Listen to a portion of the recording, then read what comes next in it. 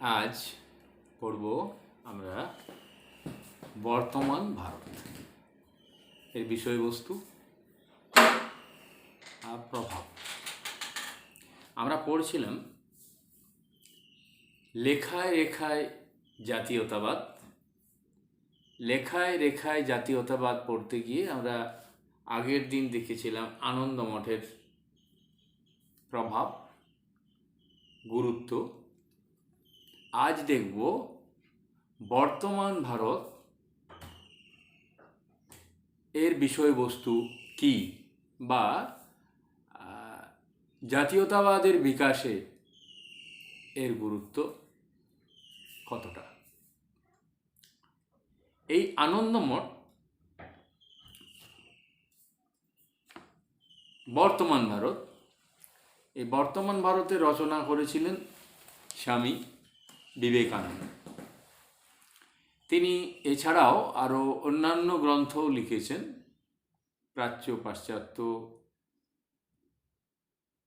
পরিব্রাজক, ভারত কথা। এখানে আমরা বর্তমান ভারতের বিষয়বস্তুই জানব। এই বর্তমান ভারতের বর্তমান ভারত গ্রন্থর মাধ্যমে স্বামী বিবেকানন্দ ভারতবর্ষের জাতীয়তাবাদ, শূদ্র জাগরণ, ভারতবর্ষের ঐতিহ্য, নারী স্বাধীনতা, নিচু শ্রেণীর মানুষের রাষ্ট্র ক্ষমতায় অধিকার ইত্যাদি বিভিন্ন বিষয়ে এই গ্রন্থে আলোচনা করেছে। গ্রন্থটি আকারে হয়তো ক্ষুদ্র, স্বামীজির জীবনের সময়ের মতোই, কিন্তু তার তাৎপর্যে, তার জীবনী শক্তিতে এটি সত্যিই সম্ভাবনাময়। 1899 খ্রিস্টাব্দে থেকেই রামকৃষ্ণ মিশনের যে বাংলা পাক্ষিক পত্রিকা, তাতে প্রকাশ পেতে শুরু করেছিল। অবশেষে 1905 খ্রিস্টাব্দে এটি গ্রন্থাকারে প্রকাশিত হয়। তো এই গ্রন্থে তিনি ভারতবর্ষের ইতিহাস আলোচনায়, বিশ্লেষণে এক নতুন মৌলিক দৃষ্টিভঙ্গি তুলে ধরেছেন।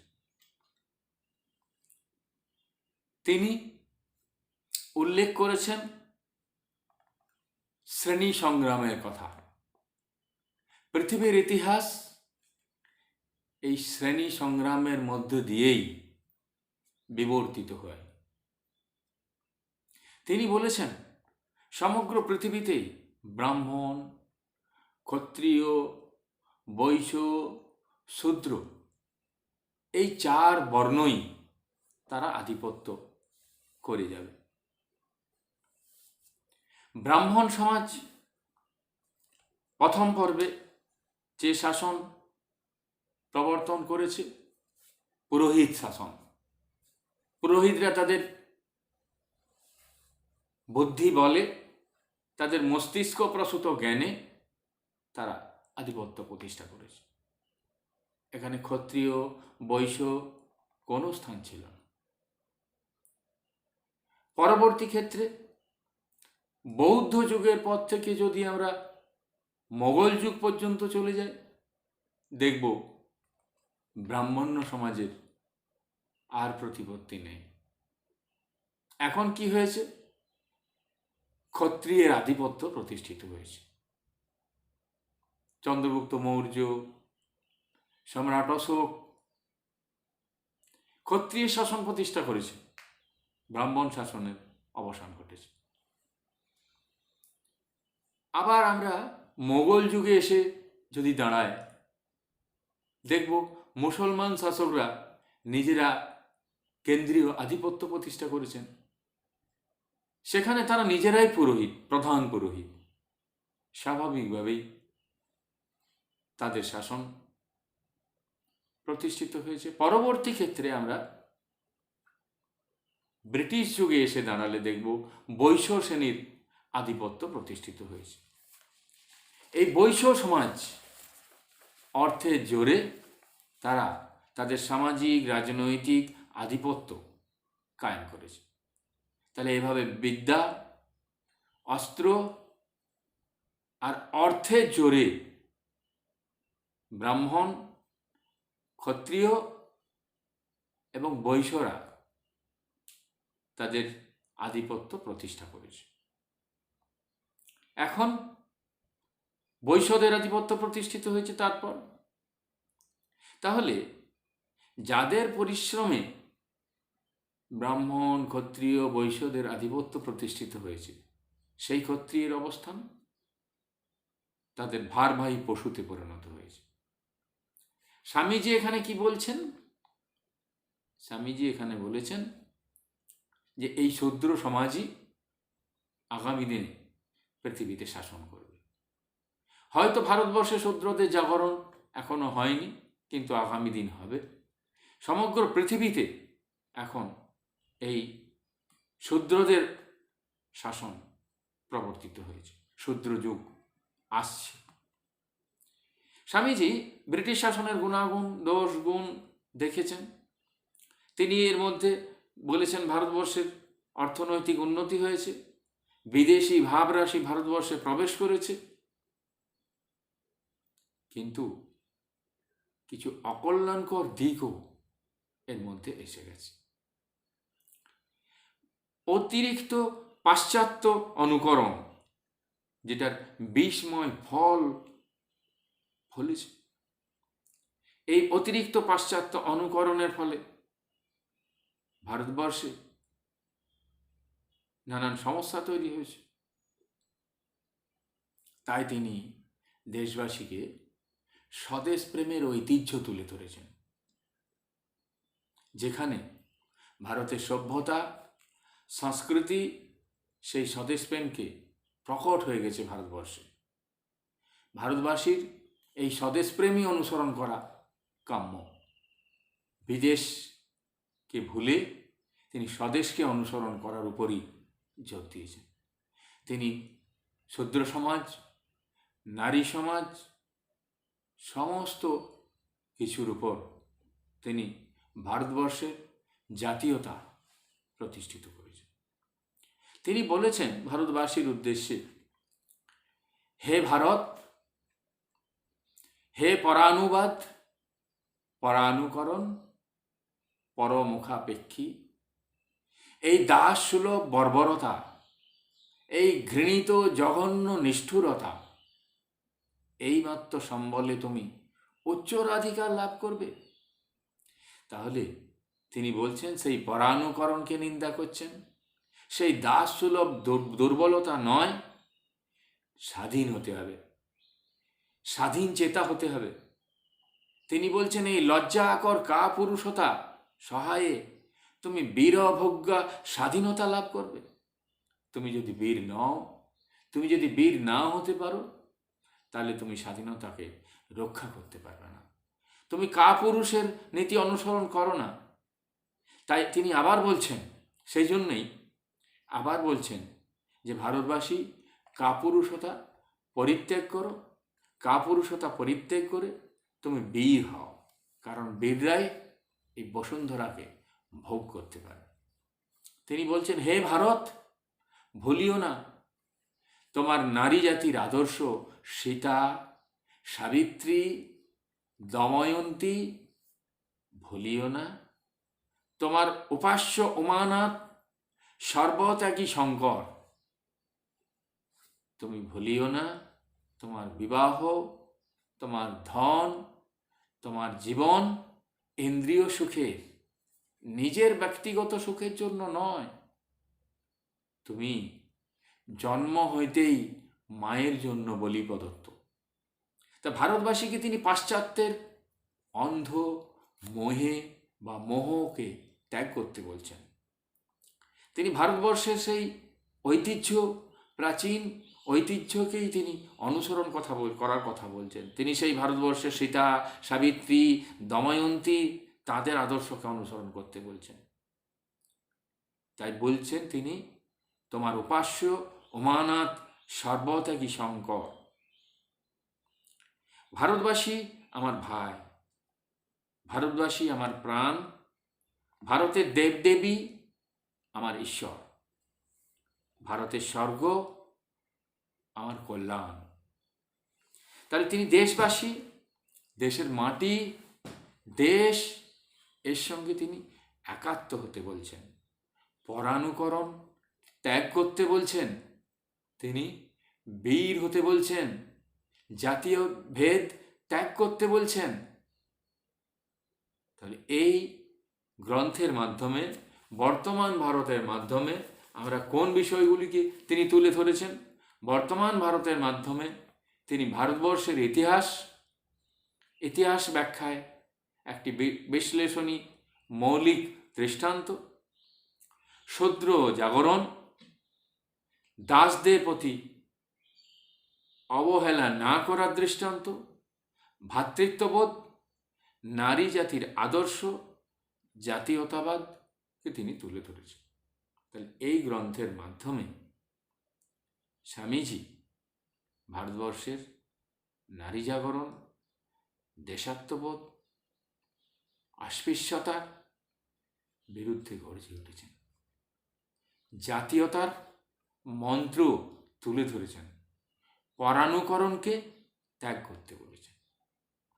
তাহলে আমরা এখন যদি বলি যে ভারতবর্ষের ইতিহাসে বর্তমান ভারতের ভূমিকা বা গুরুত্ব কী, তখন আমরা বলতে পারি 1 নম্বর হচ্ছে জাতীয়তাবোধ জাগরণ, 2 নম্বর নারী জাতির ঐতিহ্য তুলে ধরা, পরানুকরণকারী ভারতবাসীকে বার্তা দেওয়া, দেশের ঐতিহ্যকে গ্রহণ করা, জাতপাতহীন, জাতি ভেদহীন সমাজ প্রতিষ্ঠা করা, শূদ্র জাতির জাগরণের কথা। ঠিক আছে, এবার আমরা আর একটি গ্রন্থ, রবীন্দ্রনাথ ঠাকুরের রচিত গোরা। রবীন্দ্রনাথ ঠাকুর যেসব গ্রন্থ এই সময়ই দ্বন্দ্বমূলক গ্রন্থ রচনা করেছিলেন, দ্বন্দ্বমূলক উপন্যাস, তাদের মধ্যে গোরা, ঘরে বাইরে 4 অধ্যায় উল্লেখযোগ্য। তো তাহলে গোরার বিষয়টা কি না, গোরার বিষয়বস্তু বিংশ শতকের জাতীয় জাগরণের দিনে বাঙালির চিন্তা, বিংশ শতাব্দীতে ইংরেজি শিক্ষিত বুদ্ধিজীবী ভারতবাসীর দাম্ভিকতা, ধর্মীয় ভেদাভেদের দিনে তিনি জাতীয়তাকে, দেশাত্মবোধকে, ভারত মাতার ঐতিহ্যকে তিনি গোরার মাধ্যমে তুলে ধরেছেন। তাহলে এখন প্রশ্ন হবে, গোরাকে? গোরা অর্থ হলো ফর্সা। গোরা একজন আইরিশ যুবক। এই গোরা পালিত হয়েছিল ভারতবর্ষে, এই বাংলায়, এক নিষ্ঠাবান গোঁড়া ব্রাহ্মণ কৃষ্ণদয়াল এবং তাঁর স্ত্রী আনন্দময়ীর কাছে। এই গোরা পিতা ছিলেন আইরিশ। সিপাহী বিদ্রোহের কালে পিতার মৃত্যু হয়, কিছুদিনের মধ্যেই তার মা তাকে জন্ম দেয় এবং তিনিও মারা যান। এই পরিস্থিতিতে এই গোঁড়া নিষ্ঠাবান ব্রাহ্মণ দীনদয়াল এবং আনন্দময়ী তাকে বুকে তুলে নেন, তাকে মানুষ করে। জাতিভেদ, জাতি বৈষম্য, ধর্ম সব কিছুর ঊর্ধ্বে উঠে গোরা প্রকৃতই দেশের ঐতিহ্যকেই, দেশাত্মবোধকেই, ভারত মাতার ঐতিহ্যকেই তুলে ধরেছিলেন এই রবীন্দ্রনাথ ঠাকুর এই গ্রন্থের মাধ্যমে। তাহলে আমরা এখন দেখি সেই রবীন্দ্রনাথ ঠাকুরের গোড়ার কিছু দিক। এই গোড়ার নিষ্ঠাবান স্বদেশী, নিষ্ঠাবান ভারতীয়, নিষ্ঠাবান হিন্দু,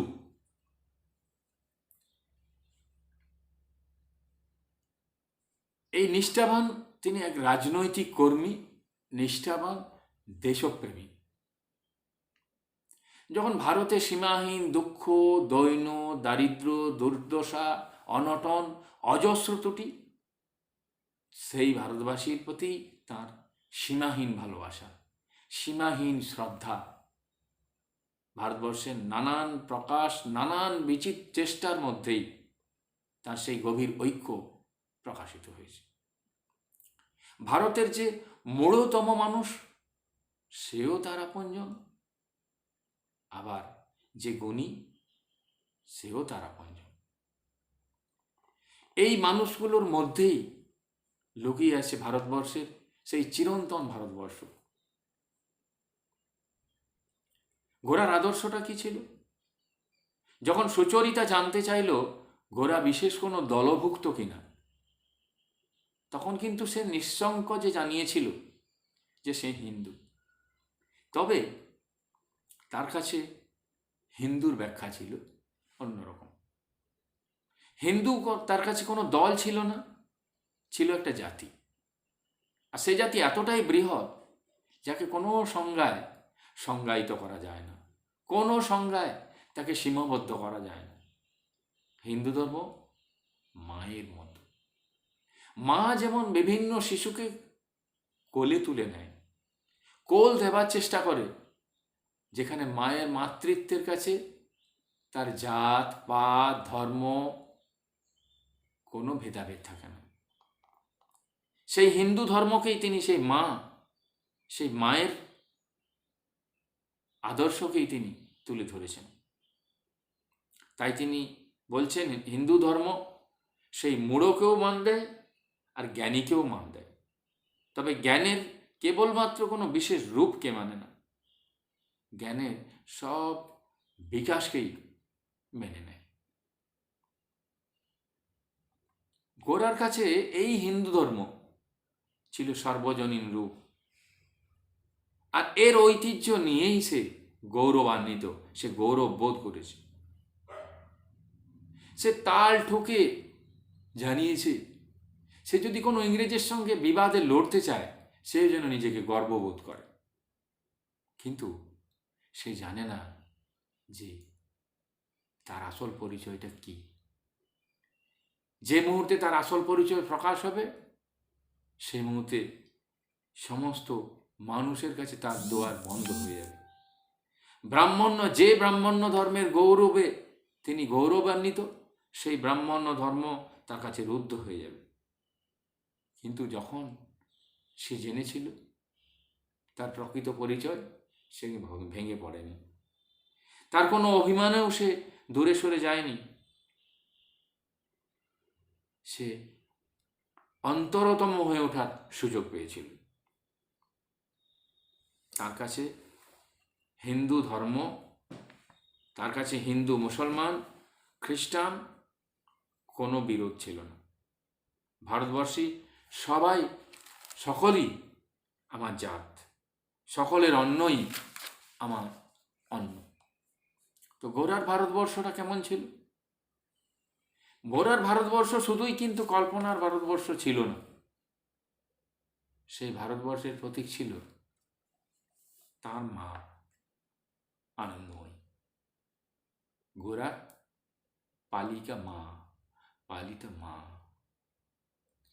যখন আত্মপরিচয় জেনেছিল, সে আনন্দময়ীকে প্রণাম করে জানিয়েছিল সেই তার মা। সেই মাকেই নাকি এতদিন খুঁজে বেরিয়েছিল। সে নিজের পরিচয় জেনেও সে মাকে আরো উচ্চ স্থান দিল।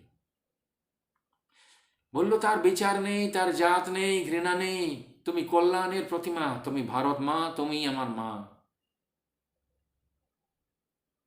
কিন্তু আগে কখনো তার মাকে এই ভারত মায়ের প্রতীক হিসেবে সে দেখেনি। সে দেখাটা এখন সহজ হল। মা যেমন সমস্ত বাজ বিচার বিভেদ ভুলে কোল দেয় বাচ্চাকে, এই নিষ্ঠাবান গৃহিণী ব্রাহ্মণ সেও কিন্তু সব কিছু জেনেও সেই খ্রিস্টান শিশুটিকে বুকে তুলে নিয়ে মানুষ করেছিলেন অকৃপণ দানে। তাই গোরার কাছে কোনো জাত নেই, ধর্ম নেই, বিভেদ নেই। সেই হিন্দু জাতিকেই তিনি ঐতিহ্য মা হিসেবে প্রতিষ্ঠা করেছেন, সেই ভারতবর্ষকেই। ভারতবর্ষ কাউকে কোনো ঘৃণা করে না। যদি ভারতবর্ষ ঘৃণাই করত, তাহলে সে একজন খ্রিস্টানকে কখনোই কোলে তুলে নিতে পারত না। তাহলে সেই আনন্দময়ীর মতো তিনি ভারতবর্ষেরকেও বলছেন ভারতের কোনো জাত নেই। তার বুকের উপর বসে এত ঘৃণ্য আচরণ কি করে করত? যদি ভারতবাসী কাউকে যদি ঘৃণা করত, তাহলে কখনোই সম্ভব হতো না। সেই অপরিসীম সহনশীলতা, সুগভীর স্নেহ বহু শতাব্দী ধরে কত বিচিত্র নরনারীকে বেঁধে রেখেছে। তাই রবীন্দ্রনাথের যে ভারতবর্ষ, সেখানে সহস্র বৈচিত্র্য থাকতে পারে, কিন্তু সংকীর্ণতার স্থান ছিল না। সংকীর্ণতার গণ্ডি যারা টপকাতে পেরেছিল, ভাঙতে পেরেছিল, তারাই কবির আদর্শ ভারতবর্ষের নাগরিকত্ব লাভ করেছে, তারা ধন্য হয়ে গেছে। এখানে সেই গোরার উপন্যাসে সেই গোরা, সুচরিতা, বিনয়, ললিতা সবাই কিন্তু সেই সংকীর্ণতার ঊর্ধ্বেই উঠতে পেরেছে। সেই সংকীর্ণতার ঊর্ধ্বে উঠে সে ভারতবর্ষের অন্তরেই প্রতিষ্ঠা করেছে নিজেদেরকে। তাহলে এই গোরার মাধ্যমে আমরা কি জানলাম? গোরাতে কি ফুটিয়ে তোলা হয়েছে? এই গোরাতে তুলে ধরা হয়েছে ভারতবর্ষের গৌরবময় ঐতিহ্য, জাত পাতের ঊর্ধ্বে ওঠার মানসিকতা, তৎকালীন দাম্ভিক শিক্ষিত সমাজের বিরুদ্ধে একটা উদার মানসিকতার প্রতিষ্ঠা, ধর্মীয় পরিচয়ের একটা গুরুত্বহীনতা তিনি জনমানসে তুলে ধরেছিল এই চরিত্রের মাধ্যমে। আর ভারতবর্ষের ঐতিহ্যের প্রতি শ্রদ্ধা, দেশাত্মবোধের প্রচার, এটাই ছিল এই গোরার বিষয়বস্তু।